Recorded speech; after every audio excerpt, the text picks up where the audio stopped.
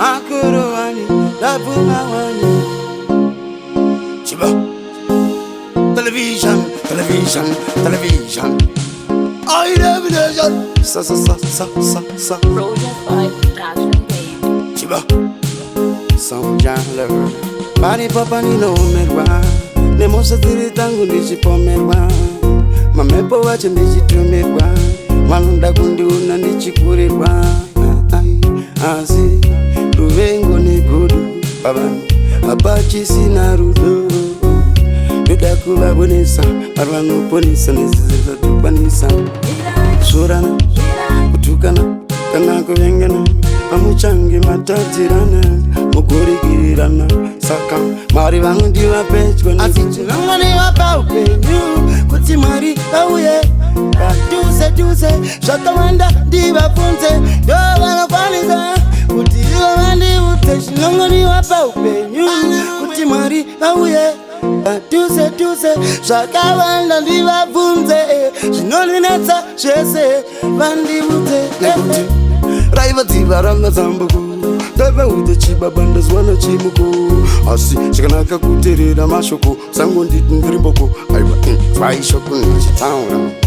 pamwe pacho mushampe kunyarira nekuti mararamba vakatarira imi muchingoteerera muchiswerera mandiona munongomerera nekuti inini handitombozire futi kwenengananga vainaniite purura mashanga asika vachitoniyenera mung'anga vana vakuru kuda kunibatira mushanga ati vabvazera vanondiskela ndakuda mwari mupindire vanhu muvavonezongoniva paupenyu kuti mwari auye padhuze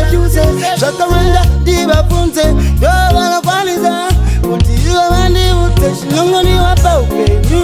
kuti mwari auye padhuze zvakawanda ndivabvunze zvinondinetsa zvese vandivudze chemakuna samatenga penyapana notenga bhaibheri ripasa mudi kuriverenga moenda kun'anga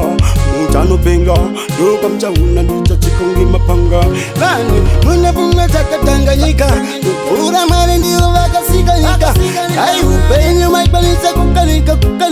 jona nyika yadengendeka tarira kutaura namwari kungisha mwari kukoma kana sisi kunge baba amai mwari vanonzwa zvese Kangwe zvedu zvemugodi ndikati chigodi